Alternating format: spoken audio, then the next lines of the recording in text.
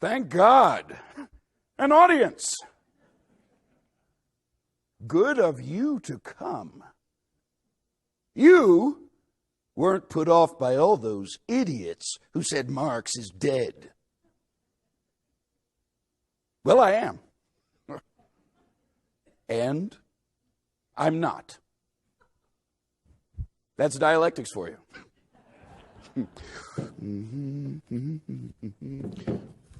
You might be wondering how I got here. Public transportation.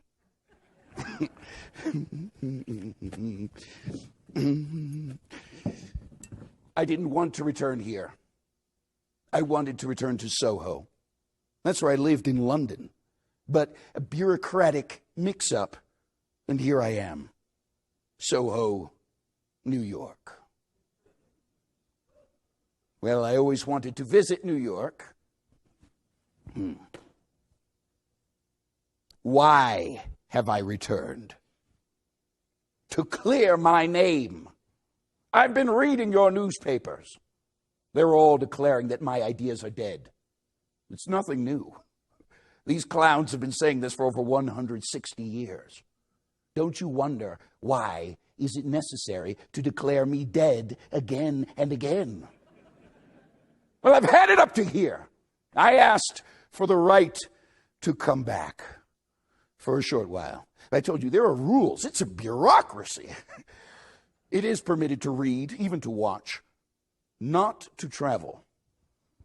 I protested, of course, and had some support. Socrates told them the untraveled life is not worth living. Gandhi fasted. Mother Jones threatened to picket. Buddha chanted. Oh. Mark Twain even came to my defense in his own strange way. But the others kept quiet. My God, at this point, what have they got to lose? Yes, there too, I have a reputation as a troublemaker. And there too, protest works. Finally, they said, all right, you can go. You can have an hour or so to speak your mind. But remember, no agitating. They do believe in freedom of speech, but within limits. They are liberals.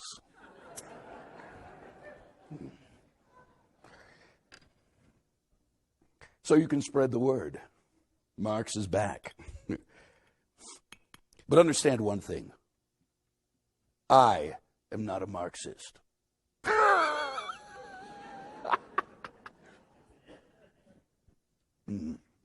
I once said that to Pieper, and he almost croaked. I should tell you about Pieper. We were living in London at the time, Jenny and I, and the little ones, 2 dogs, 3 cats, 2 birds, hardly living. A little flat on Dean Street, right near where they dumped the city sewage. We were in London because I had been expelled from the continent, expelled from the Rhineland, yes, from my birthplace. I had done dangerous things. I was the editor of a newspaper, Die Rheinische Zeitung. Hardly revolutionary, although I suppose the most revolutionary act one can engage in is to tell the truth. You see, the police in the Rhineland were arresting poor people for gathering firewood from the estates of the rich. I wrote an editorial protesting that. They decided to censor our newspaper. I wrote an editorial declaring there was no freedom of the press in Germany. They decided to prove me right. They shut us down. Only then did we become radical. Isn't that the way it is? Our final issue of Zeitung had a huge headline in red ink. Revolt. That annoyed the authorities. They ordered me out of the Rhineland. So we went to Paris. Where else do exiles go? Where else can you stay up all night and drink wine in a cafe and tell lies about how revolutionary you were in the old country? If you're going to be an exile, be one in Paris. Paris was our honeymoon. Jenny found a tiny flat in the Latin Quarter. Heavenly months. Soon the word was out. From the German police to the Paris police. Seems the police develop an internationalist consciousness long before the workers. So we expelled, went to Belgium, expelled again, And then we came to London, where the political refugees come from all over the world. The British are admirable in their tolerance and insufferable in their boasting about it.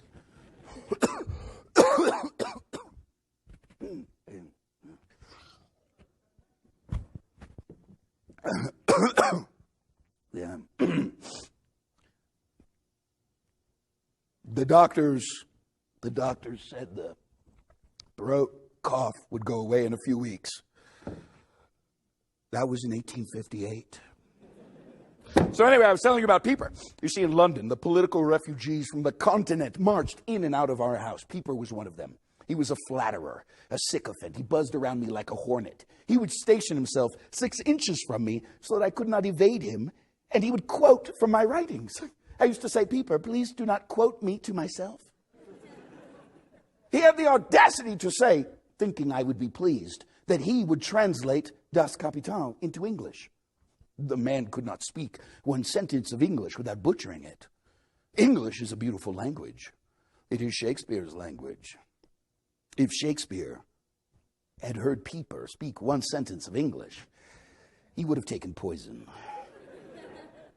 Jenny felt sorry for him. She used to like to invite him to our family dinners. One evening he came over and he announced the formation of the Marxist Society of London. A Marxist society, I asked. What's that? He said, we meet every week to discuss another of your writings. We read aloud and examine sentence by sentence. That's why we call ourselves Marxists. We believe completely and wholeheartedly in everything you've ever written.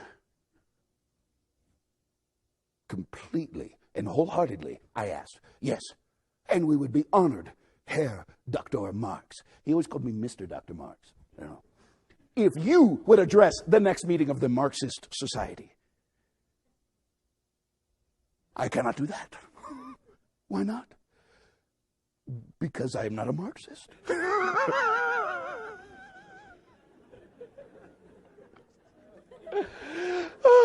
I didn't mind his bad English. Mine wasn't always so perfect. It was his way of thinking. He was an embarrassment, a satellite encircling my words, reflecting them to the world, but distorting them, and then defending the distortions like a fanatic, denouncing anyone who interpreted them differently. I said to Jenny, do you know what I fear most? She said, that the workers' revolution will never come. I said, no. That the revolution will come, but when it does, it'll be taken over by men like Pieper. Flatterers when out of power. Bullies and braggarts when holding power. Dogmatists. They will speak for the proletariat. They will interpret my ideas for the world. They'll organize a new hierarchy, a new priesthood, with excommunications and indexes, inquisitions and firing squads. All this in the name of communism. They'll divide the world between capitalist empires and communist empires. They'll muck up our beautiful dream. And it will take another revolution, maybe 2 or 3, to clean it up. That's what I fear. No. I was not going to have Pieper translate Das Kapital. It represented 15 years of work in the conditions of Soho, making my way every morning past the bodies of beggars sleeping amidst the sewage, then on to the British Museum, there with its magnificent library, working until dusk, reading.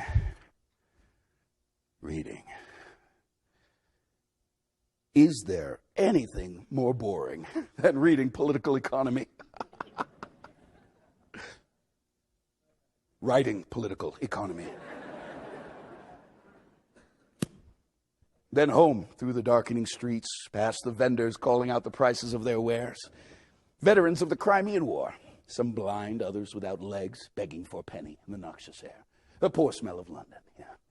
Some of my critics, trying to minimize what went into Das Kapital, would say, as they always say about radical writers, oh, he must have had some dreadful personal experience. Yes!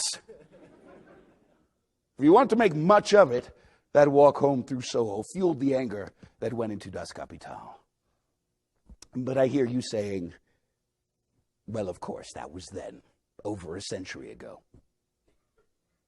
Only then, on my way here this morning, I walked through the streets of your city, surrounded by garbage, breathing foul air, past the bodies of men and women sleeping on the street, huddled against the cold. Instead of a lassie singing a ballad, I heard a voice in my ear. Some change, sir, for a cup of coffee. Do you call this progress? Because you have motor cars, flying machines, 1,000 potions to make you smell better, and people sleeping on the street.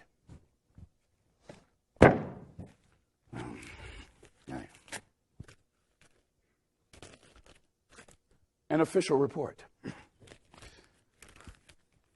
Last year, the United States gross domestic product, yes, gross, was $7,000 billion. Whew. Most impressive. Tell me, where is it? Who is profiting from it? Who is not? Less than 500 individuals control $2,000 billion in business assets. Are these individuals more noble, more hardworking, more valuable to society than the mother in the tenement, nursing 3 children through the winter without any money to pay the heating bill? Didn't you hear me say 160 years ago that capitalism would greatly increase the wealth of the world, but that wealth would be concentrated into fewer and fewer hands? Goldman Sachs. I'll say no more. Do you know the Oliver Goldsmith poem, The Deserted Village? Ill fares the land to hastening ills a prey, where wealth accumulates and men decay. That's what I saw as I walked through the streets of your city. Buildings decaying, schools decaying, people decaying. But then I walked a bit farther, and I was suddenly surrounded by men of obvious wealth, women in jewels and furs. Suddenly I heard the sound of sirens. Was a crime being committed somewhere nearby? Was violence being done? Was somebody trying to take a part of the gross domestic product illegally from those who have stolen it legally? Ah, the wonders of the market system. Human beings reduced to commodities, their lives controlled by the super commodity, money.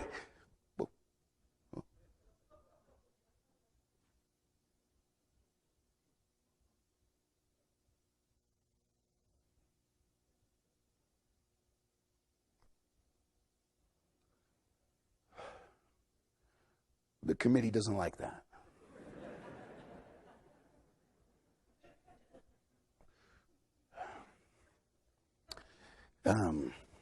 In that little flat on Dean Street, we had hot soup and boiled potatoes,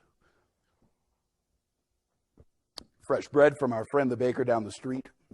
We'd sit around the dinner table and discuss the latest events of the day, the Irish struggle for freedom, the latest war, the stupidity of the country's leaders, the political opposition confining itself to pips and squeaks, the cowardly press.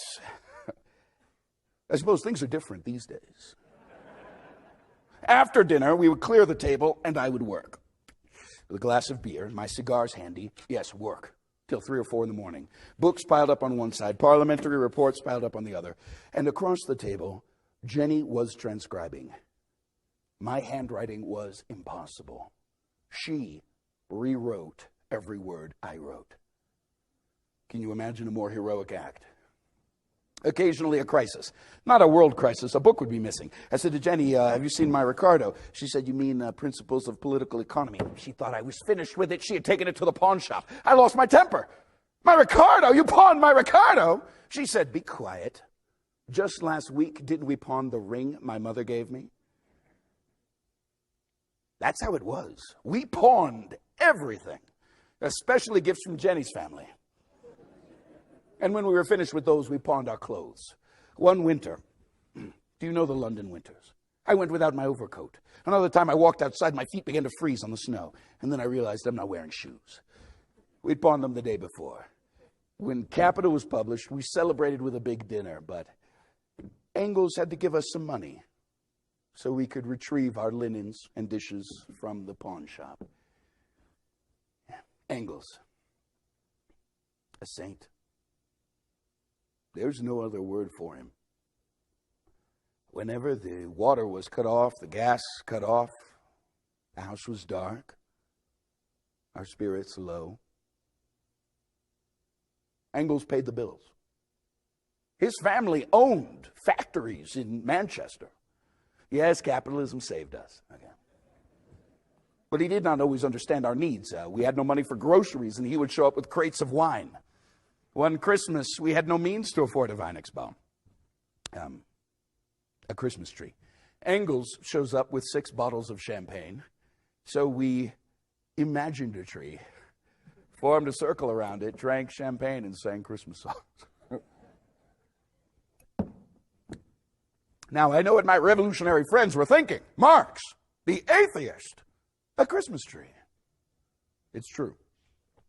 I did say that religion is the opium of the people, but no one has ever paid attention to the full passage. Religion is the sigh of the oppressed creature. It is the heart in a heartless world, the soul of soulless conditions. It is the opium of the people. True, opium may not be a solution. Sometimes it is necessary to relieve pain. Don't I know that from my boils? Doesn't the world have a terrible case of the boils? I keep thinking about Jenny, how she loaded up all of our possessions, carried our children across the channel to London, and then gave birth 3 times. That miserable flat on Dean Street. Nursed those babies and tried to keep them warm, but saw them die. One by one. Guido, he had not even begun to walk. Francesca, she was 1 year old.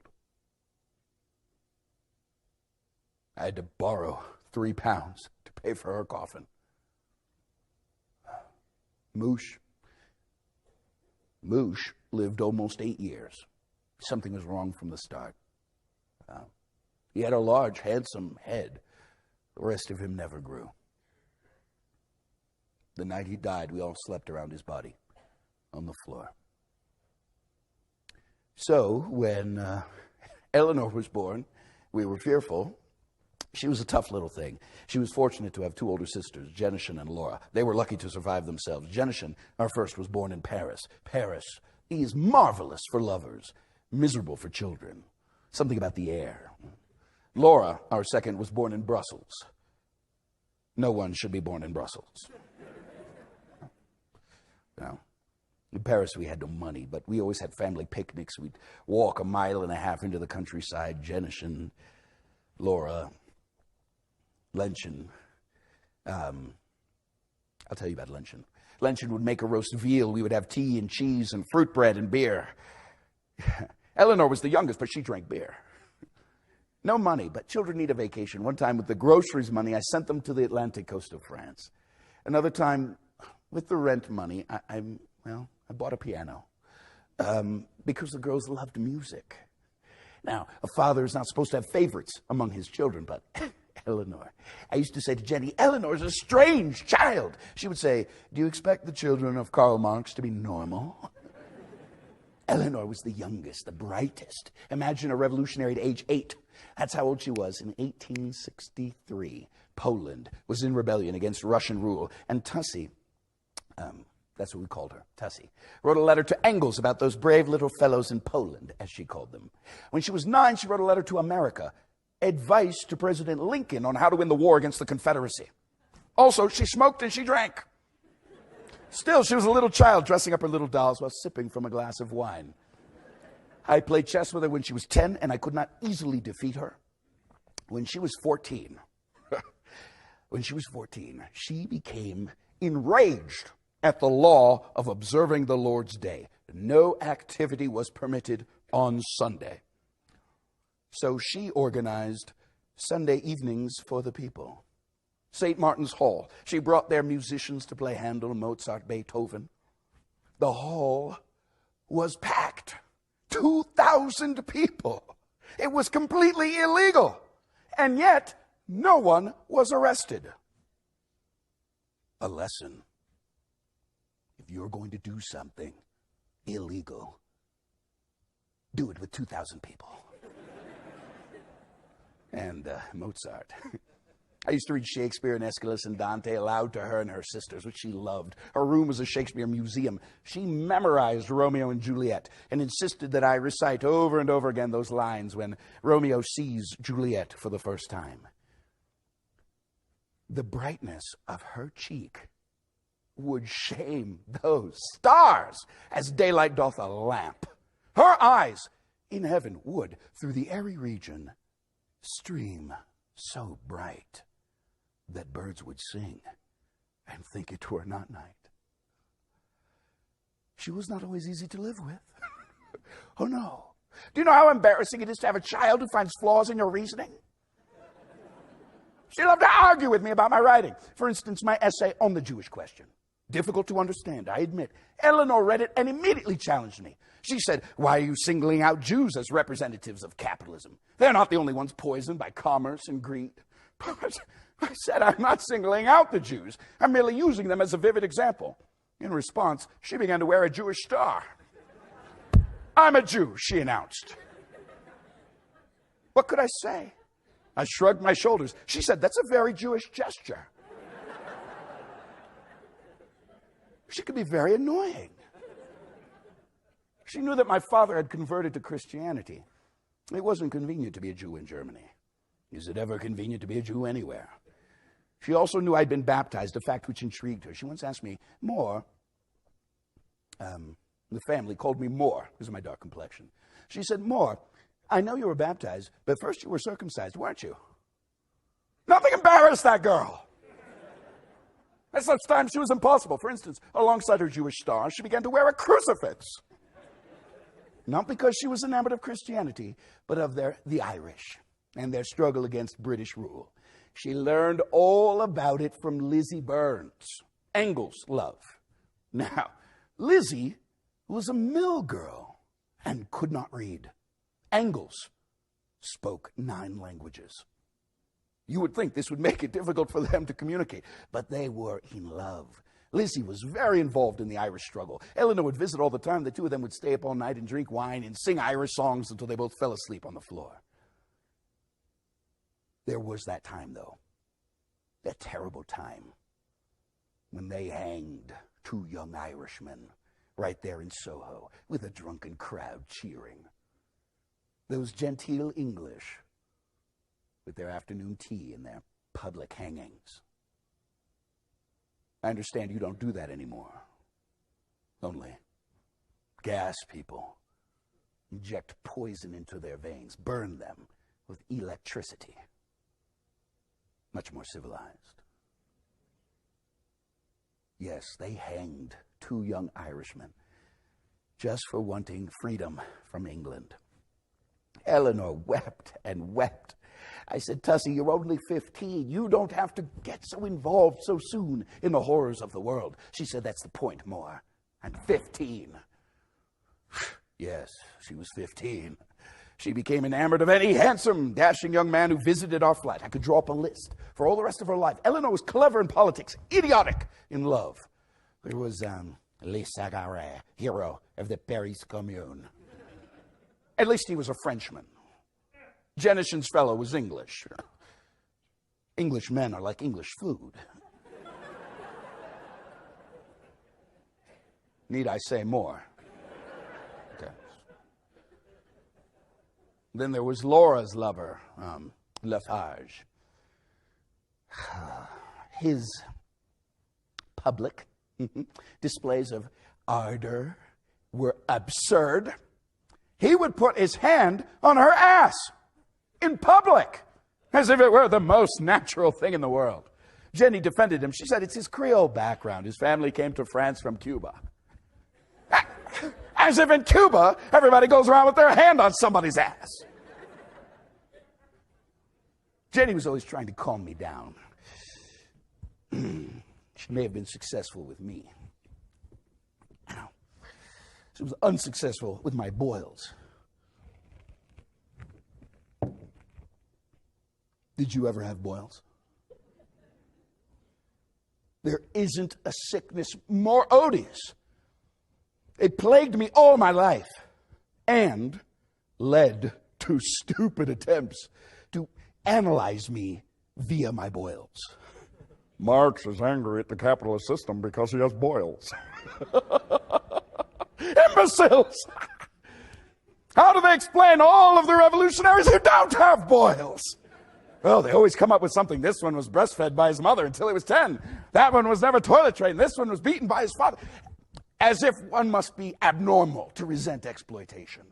Every explanation except the obvious, that the capitalist system by its nature, its attack on the human spirit breeds rebellion.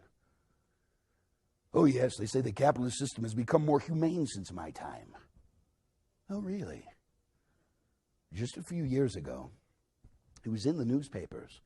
Factory owners in North Carolina locked the doors on the women in their chicken factory. The reason? To make more profit. There was a fire. 25 workers were trapped, burned to death.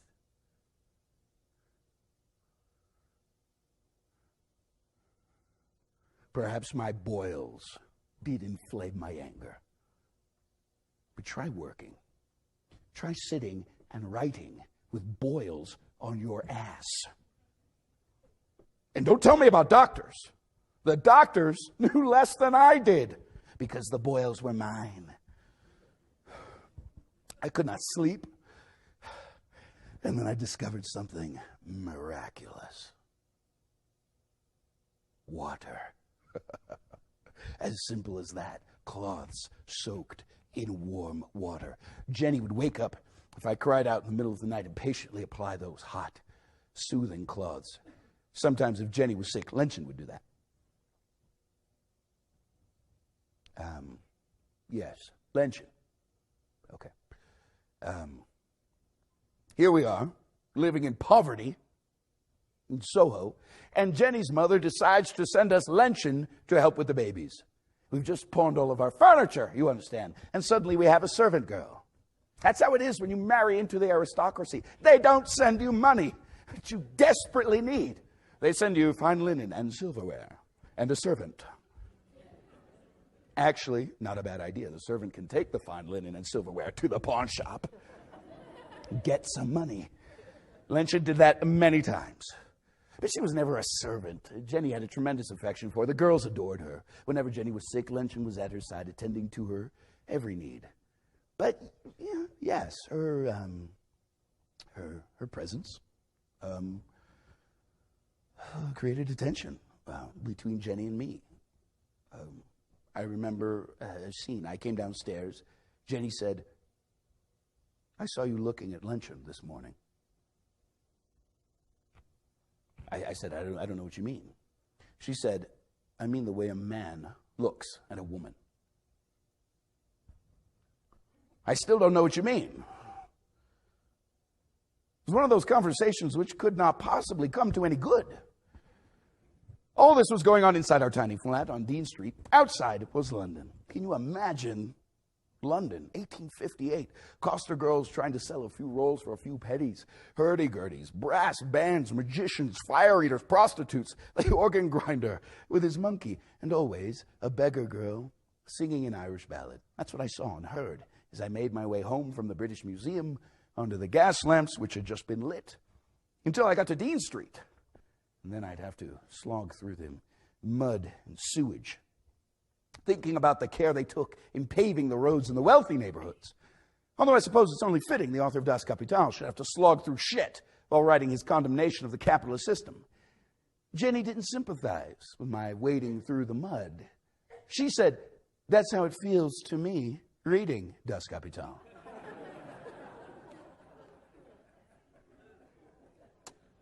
Yeah. She was my severest critic. Unsparing. Honest. Is there anything more outrageous than an honest critic? The book troubled her. Yes, capital. She thought I would bore people from the start with my discussion of commodities, surplus value, exchange value. She thought it was too long, too detailed. She used the word ponderous. Imagine. She reminded me of what our trade union friend Peter Fox said when I gave him the book. He said, "I feel like a man who's been given an elephant for a gift." Yes, she said, it is an elephant. I tried to explain, this is not the manifesto, which is intended for the general public. It is an analysis. She said, let it be an analysis, but let it cry out like the manifesto. A specter is haunting Europe, the specter of communism. You know, she would say that excites a reader. A specter is haunting Europe. And then to irritate me, she would read out some lines from Capital. The turnover of industrial capital is a combination of its period of production and time of circulation, and therefore embraces the entire process of production. The turnover of merchants' capital, on the other hand, being in reality nothing but an alienated movement of commodity capital, represents only the first phase in the metamorphosis of a commodity, CM, as the refluent movement of a specific capital, MC. CM is, from the mercantile point of view, the turnover of merchants' capital. Now I ask you, is that boring? All right, okay. All right. Perhaps it is a little boring. I admitted that to Jenny. She said, there's no such thing as a little boring. Don't misunderstand. She did see capital as a profound accomplishment. She understood that this showed that the capitalist system must, at a certain stage in history, come into being and enormously increase the productive forces of society, thereby vastly increasing the wealth of the world, but that it must, by its nature, distribute that wealth in such a way as to destroy the humanity of both the capitalist and the laborer, and how it must, by its nature, create its own gravediggers and give way to a new system. But are we reaching the people we want to reach? She would say. Jenny said, do you know why the censors have allowed it to be published? Because they cannot understand it. And they assume no one else will either. I reminded her that Capital was receiving favorable reviews. She reminded me that most of those reviews were written by Engels. It's true. I said, well, perhaps you're being critical of my work because you're unhappy with me. She said, you men, you never think your work deserves criticism, so you attribute it to something personal. Yes, more. My personal feelings are there, but this is separate. Yes. Her personal feelings. Jenny was going through a terrible time then. I suppose I was to blame, but I did not know how to ease her anguish.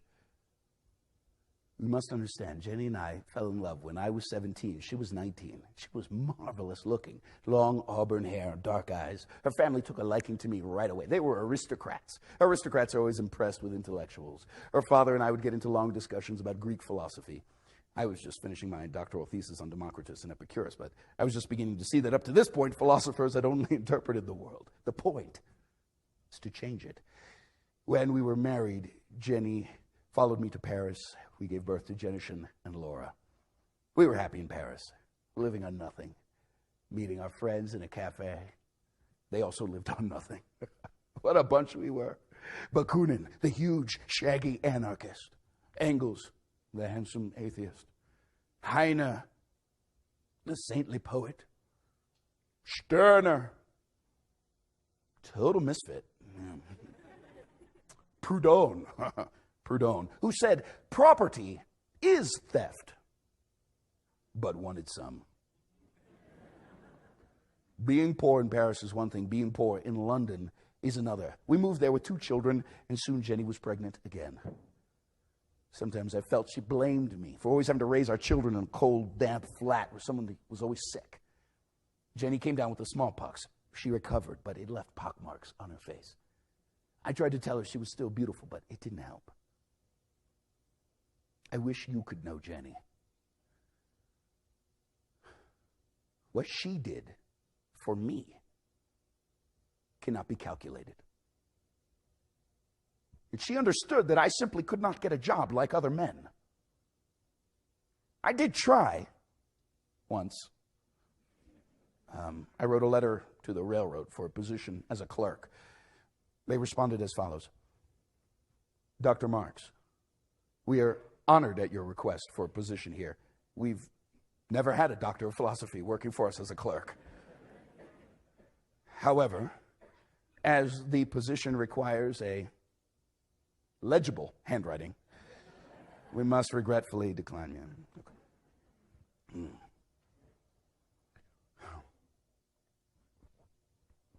Jenny believed in my ideas, but she was impatient with what she considered the pretensions of high-level scholarship. Come down to earth, Herr Doctor, she would say. She wanted me to explain the theory of surplus value, for example, so that ordinary workers could understand it. I tried to tell her, no one can understand the theory of surplus value unless you first understand the labor theory of value. That labor is a special commodity whose value is determined by the cost of the means of subsistence, and yet gives value to all other commodities, a value which always exceeds the value of labor itself. Jenny would say, no, that won't do. All you have to say is this: your employer pays you the barest amount in wages, just enough for you to survive and work. But in return, by your labor power, he makes far greater than he pays you. So he gets richer and richer while you stay poor. All right. Okay. Let us suppose that only 100 individuals in all of world history have ever understood my theory of surplus value. It's still true. Just the other day, I was reading your United States Department of Labor statistics. There you have it. Your workers are producing more and more and receiving less and less in wages. What is the result? Just as I predicted. The richest 1% of Americans now own 40% of the wealth. And this is the great model of world capitalism. A nation that has not only robbed its own citizens, it's sucked in the wealth of the rest of the world. You see, Jenny was always trying to simplify ideas which were by their nature complex. She accused me of being a revolutionary second and academic first. Forget your intellectual readers, she would say. Address the workers. She called me arrogant and intolerant. She said, why do you attack other revolutionaries more vehemently than you attack the bourgeoisie? Proudhon, for instance. The man simply did not understand that we must applaud capitalism for its development of giant industry and then take them over. Proudhon thought we had to retreat into a more simple society. So when he wrote his book, The Philosophy of Poverty, I replied with my own book, The Poverty of Philosophy.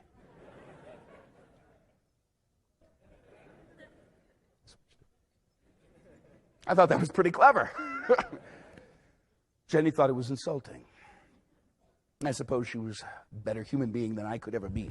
She did encourage me to get off my behind and get involved in the cause of the London workers. She was with me when I was asked to address the very first meeting of the International Working Men's Association, St. Martin's Hall. Workers of all countries must unite against foreign policies which are criminal, which play upon national prejudices and squander in wars the people's blood and treasure. We must combine across national boundaries to vindicate in international affairs the simple laws of morals and justice. Workers of the world, unite! Jenny liked that. She kept the family going. The water cut off, the gas cut off. She never tired of the subject of female emancipation. She said the vitality of women was being sapped by being forced to stay at home and cook and sew, so she refused to stay at home. She accused Engels and I of being theoretically emancipationists but practically ignorant of the problems of women. You and Engels, she said, you write about sexual equality, but you do not practice it. Well, I won't comment on that.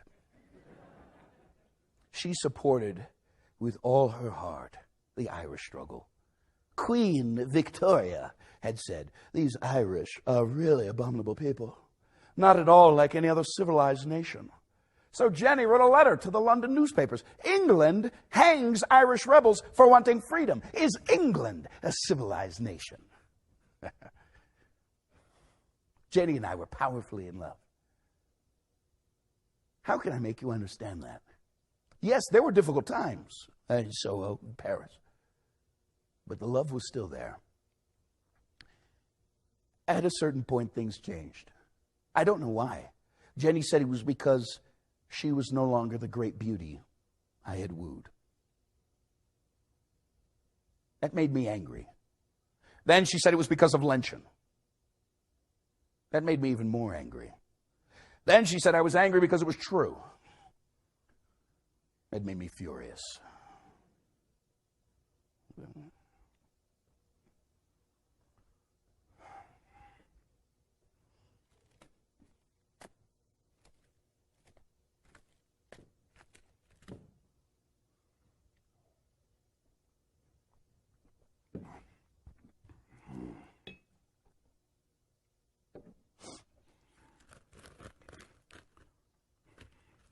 So they keep saying that since the Soviet Union collapsed, communism is dead.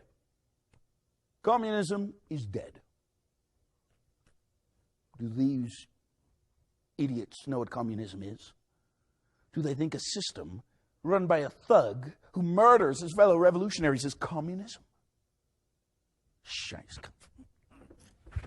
Journalists, politicians who say such things, what education did they have? Did they read the Communist Manifesto, which Engels and I wrote when he was 28 and I was 30? In place of bourgeois society with its classes and class antagonisms, we shall have a free association in which the free development of each is the precondition for the free development of all. Do you hear that? An association. What do they think the purpose of communism is? Freedom for the individual to develop himself or herself as a compassionate human being. Do they think someone who calls himself a socialist or communist and acts like a gangster understands what communism is? To shoot those who disagree with you. Could that be the communism that I gave my life for? That monster in Russia who took all power for himself and insisted on interpreting my ideas like a religious fanatic when he was lining up his old comrades before a firing squad. Did he allow his citizens to read the letter that I wrote to the New York Tribune, in which I said that capital punishment could not be justified in any society calling itself civilized? Socialism is not supposed to reproduce the stupidities of capitalism. Here in America, your prisons are overcrowded. Gesundheit. Who is in the prisons? The poor. Now, sure, some of them have committed terrible, violent crimes. Most of them are burglars, robbers, thieves, sellers of drugs. They believe in free enterprise. They do what the capitalists do, but on a much smaller scale. Do you know what Engels and I wrote about prisons? Rather than imprison individuals for their crimes, we should destroy the social conditions which engender crime and give to each person the scope he needs to develop himself in society. Yes, we spoke of a dictatorship of the proletariat. Not a dictatorship of one man, not a dictatorship of one party, one central committee, a temporary dictatorship of the proletariat. The mass of people would take over the state and govern in the interests of all, till the state itself eventually became unnecessary and would gradually wither away. Bakunin, of course, disagreed. He thought a state, even a workers' state, if it had police, an army, prisons, would eventually become a tyranny. He loved to argue with me. Do you know him? Bakunin, the anarchist. If a novelist invented such a character, you would say the existence of such a person is not possible. To say that Bakunin and I did not get along is a great understatement. For instance, listen to what he wrote when Engels and I were in Brussels working on the manifesto. Marx and Engels, and especially Marx, are ingrained bourgeois. We are ingrained bourgeois. Of course, to Bakunin, everyone was bourgeois because he chose to live like a pig. If you did not live like a pig, if you had a roof over your head, if you occasionally enjoyed some fresh bread and wine, if you had a piano in your sitting room, you were a bourgeois. Now, I grant the man courage. He was imprisoned, sent to Siberia, escaped. He wandered the world trying to foment revolution everywhere. He wanted an anarchist society. The only anarchism he ever succeeded in setting up was in his own mind. He tried to start an uprising in Bologna. He almost shot himself with his own revolver. His revolutions failed miserably everywhere, but he was like a man whose failure with women just spurs him on to more. Did you ever see a photograph of Bakunin? Giant of a man. Massive beard. Ferocious expression. Bald head, which he covered with a small gray cap. No teeth. Scurvy, the result of his prison diet. He seemed to live not in this world, but in some world of his imagination. He had no concept of money. When he had it, he gave it away. When he didn't have it, he borrowed it without any thought of returning it. He had no home. Or you could say the world was his home. He would arrive at a comrade's doorstep unannounced and say, "I'm here. Where do I sleep? And what is there to eat?" And in an hour, he was more at home than his host. There was that time we were having dinner in Soho. Bakunin burst in. Didn't bother to knock. It was his habit to arrive right at dinner time. We were surprised. We thought he was in Italy somewhere. Whenever we heard about him, he was off organizing a revolution. This time he practically knocked the door off its hinges, came in, looked around, smiled his toothless smile. He said, "Good evening, comrades." Sat down at the table and began devouring meat and sausage in enormous chunks, stuffing in fistfuls of cheese and downing it with glass after glass of brandy. I said, "Mikhail, try the wine. Brandy's expensive. We have plenty of wine." He took one sip of wine. He spat it out. Brandy helps you think more clearly. Bakunin's head was full of, and then he stood up and began his usual peroration, preaching, shouting, ordering, exhorting. I was furious. It was Jenny who finally spoke up. She said, "Stop it, Mikhail. You're consuming all of the oxygen in the room." Bakunin's head was full of all kinds of anarchist garbage. Romantic, utopian nonsense. I wanted to expel him from the International. Jenny said, "Why do revolutionary groups with 6 members always threaten somebody with expulsion?" I don't know. Well, police were looking for him in every country in Europe. When he came to us, he was dressed as a priest. At least he thought so. He looked ridiculous. Well, he was with us a week. One night, we stayed up all night drinking and arguing, drinking some more till neither of us could stand. In fact, I fell asleep in the midst of one of Bakunin's perorations. He shook me until I woke up. He said, "I haven't finished my point." It was that glorious time in the winter of 1871. The Commune was in power in Paris. Paris Commune. Bakunin leapt with his full bulk into that revolution. The French understood him. They had a saying, on the first day of a revolution, Bakunin is a treasure. On the second day, he should be shot. Yeah. Do you know that magnificent episode in human history, the Paris Commune? The story begins with stupidity. I'm speaking of Napoleon III, nephew of Bonaparte. He was a stage actor, smiling to the crowd. Meanwhile, 6 million French peasants lived in blind, dark hovels, their children dying of starvation. But because he kept a legislature, because people voted, it was thought they had a democracy. A common mistake. Well, Bonaparte wanted glory, so he decided to attack Bismarck's armies. He was quickly defeated, whereupon the victorious German troops marched into Paris and were greeted by something more devastating than guns. Silence. The statues of Paris were draped in enormous black cloths, an immense, invisible, silent resistance. The Germans did the wise thing. They paraded through the Arc de Triomphe and quickly departed.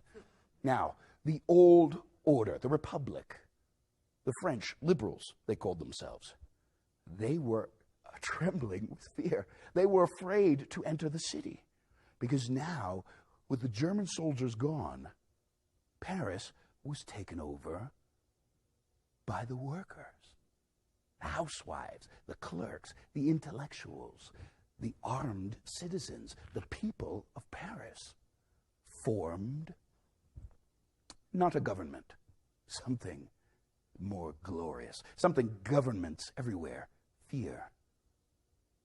The commune, collective energy of the people. The French army encircled and threatened to invade at any moment. Paris became the first free city in the world, an enclave of liberty in a world of tyranny. I said to Bakunin, do you want to know what I mean by the dictatorship of the proletariat? Look at the Paris Commune. That is real democracy, not the democracy of England or America, where elections are circuses, where the choice is between this or that guardian of the old order, and whichever candidate wins, the rich go on ruling the country. No, it only lasted 2 months. The Paris Commune was the first legislative body in history to represent the poor. Its laws were for them. It abolished their debts, postponed their rents. They forced the pawn shops to return their most needed possessions. They lowered the hours of bakers. They refused to take wages higher than those of the workers. And they set up a commission for the education of women, something unheard of, education for women. They took advantage of the latest in science, the lighter-than-air balloon, and they launched one out from Paris to float over the countryside and drop printed papers to the peasants with a simple, powerful message. A message that should be dropped to working people everywhere. Our interests are the same. The Commune declared the purpose of schools to teach children to love and respect their fellow creatures. Now, I've read your endless discussions on education. Such nonsense. You teach everything necessary to succeed in a capitalist world, but do you teach the youth to struggle for justice? The Commune understood the importance of that. They educated not only by their words, but by their acts. They abolished the guillotine, that instrument of tyranny, even revolutionary tyranny. And then, wearing red bandanas, red banner flying, buildings festooned in sheets of red silk, they gathered around the Vendôme column, a symbol of military power, an enormous statue surmounted by the giant bronze head of Napoleon Bonaparte. A pulley was attached to the head, a capstan turned, and the head came crashing to the ground. Men and women climbed atop the ruins. Now the red flag flew from its pedestal. Now it was a statue not of one nation, but of the entire human race. And men and women watching wept with joy. That was the Paris Commune. People shared things. Kindness ruled. They seemed to smile more often. The streets were completely safe without police of any kind. Yes, that was socialism. Of course, that example could not be allowed. So the French army invaded and commenced a slaughter. The leaders of the Commune were taken to Père Lachaise cemetery, lined up against a wall, and shot. Altogether, 30,000 were killed. Commune was crushed by wolves, swine. Still, it was the most glorious achievement of our time.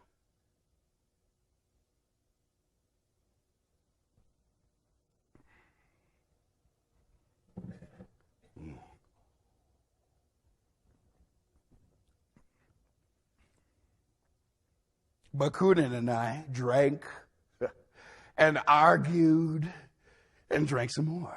It was getting late. I said, Mikhail, you simply don't understand the concept of a proletarian state. We cannot simply throw off the past in one orgasmic moment. We must remake society anew from the remnants of the old. That takes time. He said, no. The people must live in freedom immediately or begin to lose it.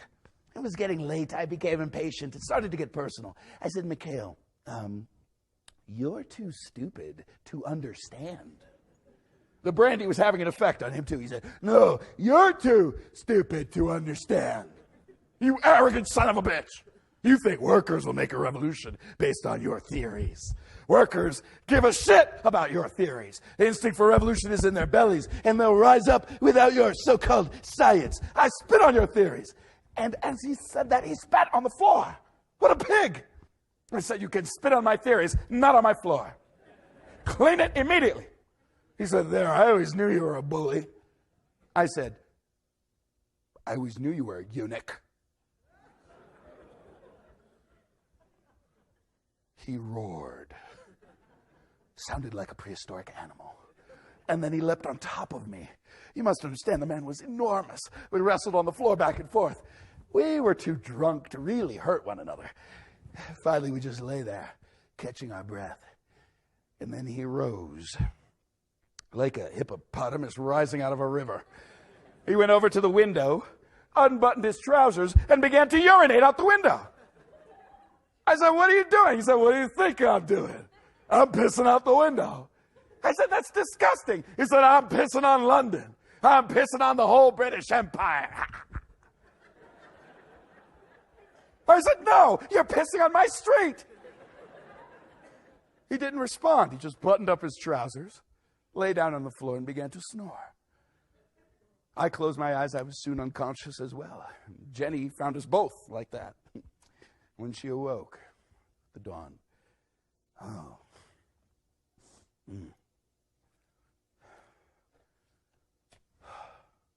No.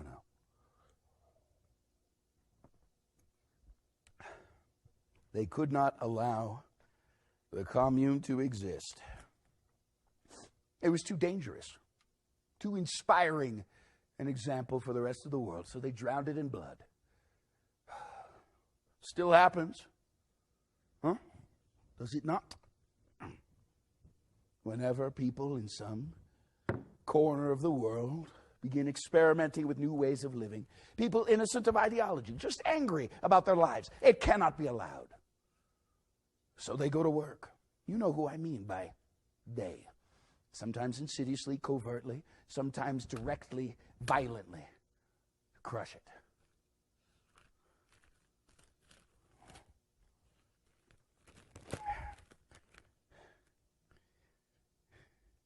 So they keep saying that capitalism has triumphed. Capitalism has triumphed. Why? Because the stock market rises to the sky. Stockholders are even wealthier than before. Triumphed. 1/4 of American children live in poverty. 20,000 of them die each year before their first birthday. New York City. 100,000 people lined up this morning for 2,000 jobs. I wonder, what will become of the 98,000 who are turned away? Is that why you're building more prisons? Yes, capitalism has triumphed, but over whom? Sure, you have technological marvels. You have sent men into the stratosphere. But what of those who are left here on Earth? Why are they so fearful? Why do they turn to drugs and alcohol, go berserk and kill? It's in the newspapers. And your politicians are bloated with pride. They say, we'll now move to the free enterprise system. Has everyone become stupid? Don't you know the history of the free enterprise system? When government did nothing for the people and did everything for the rich. When your government gave 13 million acres of land free to the railroads and then looked away as Chinese immigrants and Irish immigrants worked on those railroads 10 to 12 hours a day and died in the heat and the cold. And when they rebelled and went on strike, your government sent armies to smash them into submission. Why the hell do you think I wrote Das Kapital? If not that I could see the misery of the free enterprise system. In England, little children went to work in the textile mills because their tiny fingers could work the spindles. In America, young girls went to work in the mills of Massachusetts at age 10 and died at age 25. Cities were cesspools of vice and poverty. That is capitalism, then and now. Oh yes, I see all of the luxuries advertised in your magazines and on your, on your screens. So many screens, so many pictures.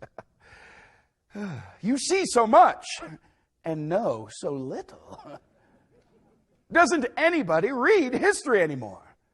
What kind of shit do they teach in schools these days? Oh my goodness. Okay, all right, okay. They're so sensitive. Okay.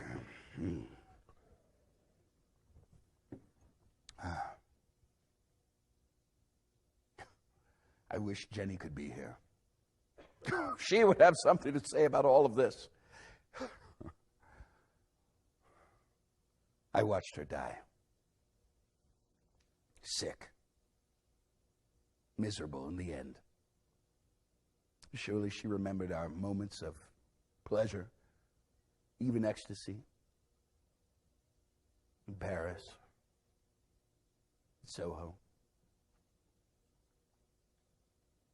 I miss my daughters.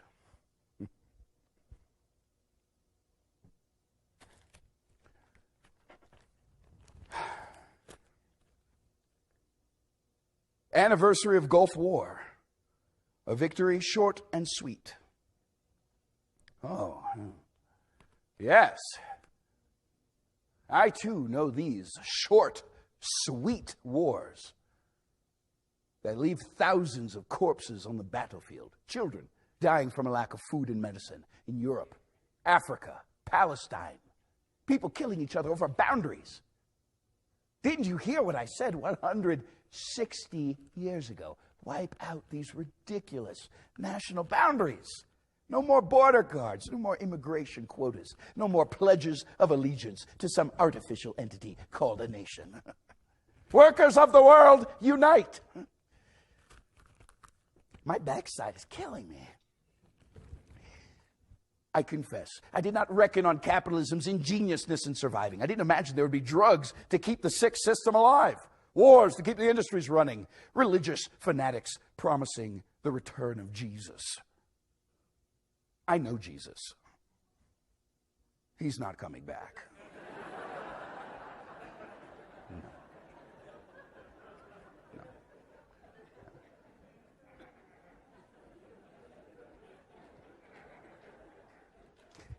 Yes.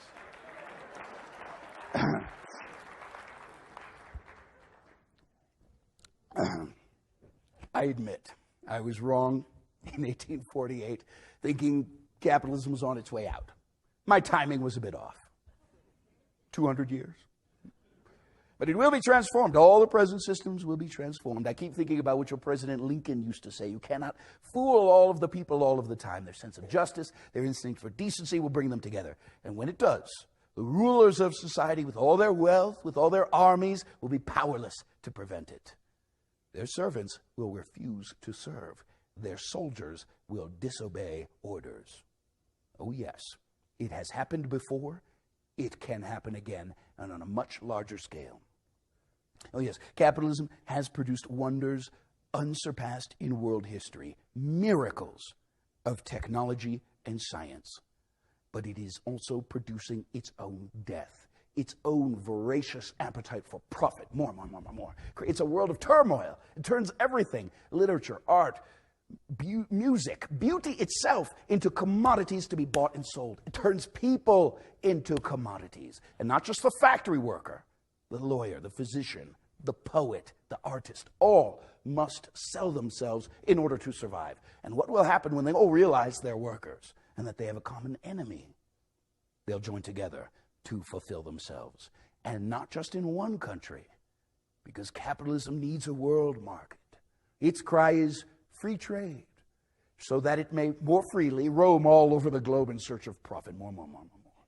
But in doing so, it unwittingly creates a world culture. People cross borders as never before. Ideas cross borders. Something new is bound to come of this. When I was in Paris with Jenny in 1843, I wrote that in the new industrial system, people are estranged from their work because it is distasteful to them. They're estranged from nature. Smoke, smells, noise invade their senses. Progress, it is called.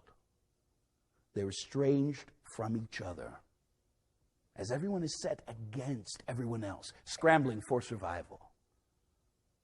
And they're estranged from themselves, living lives which are not their own, living as they do not actually want to live, so that a good life seems possible only in dreams, in fantasy. But it does not have to be so. There is still a possibility of choice, only a possibility. I grant, nothing is certain. Now that is clear. I was too damn certain. Anything can happen. People must get off their asses. Does that sound too radical for you? Remember, to be radical, simply to grasp the root of a problem. And the root is us. I have a suggestion. Pretend you have boils.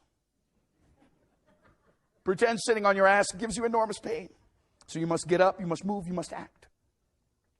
Let's not talk anymore of capitalism, socialism. Let's just talk of using the incredible wealth of the earth for human beings. Give people what they need: food, water, clean air, pleasant homes to live in, trees, some grass, some hours of work, more hours of leisure. Don't ask who deserves it. Every human being deserves it.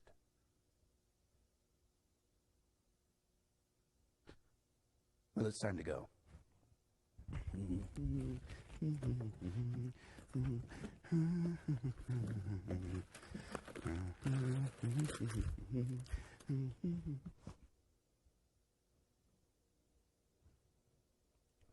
Do you resent me? Coming back, irritating you like this? Look at it this way. It is the second coming. Christ couldn't make it. So Marx came.